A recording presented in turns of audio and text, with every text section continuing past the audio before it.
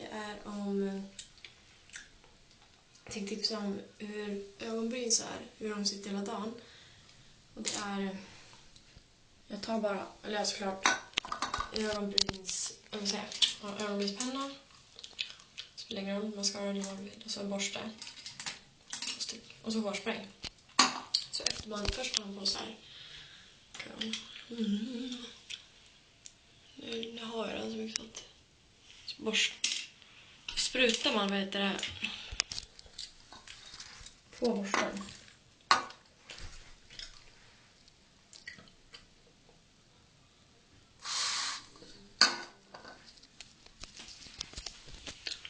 Så det tar bara över så här.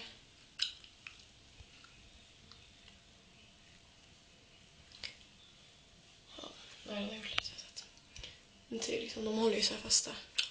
Att man får göra mycket vill så, men de håller mycket bättre i som hår, så att plus det är så lite. Så att jag behöver inte alls så mycket ta, och borsten stryker över. Så håller de hela dagen. Formen ser snyggare ut. Ja, men jag känner, hej då.